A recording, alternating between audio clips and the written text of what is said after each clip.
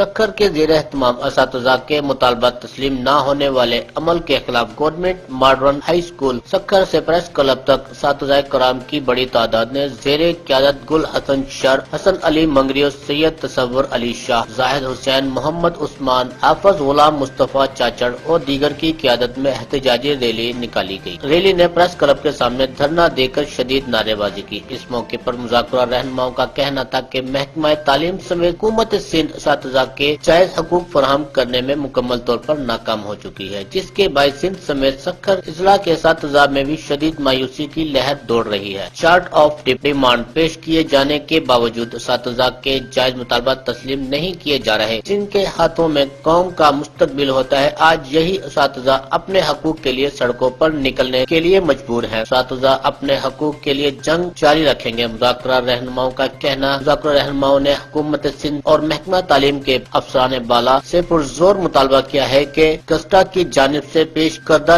Charter of demand فوری منظور کر کے اساتذہ کی پائی جانے والی بے چینی فوری دور کی جائے، بصورت مطالبات تسلیم نہ ہونے پر احتجاج کا دائرہ بڑھا دیا جائے گا۔ کیمرہ مین صدام نارینجو کے ساتھ عمران راجپور، راج نیوز۔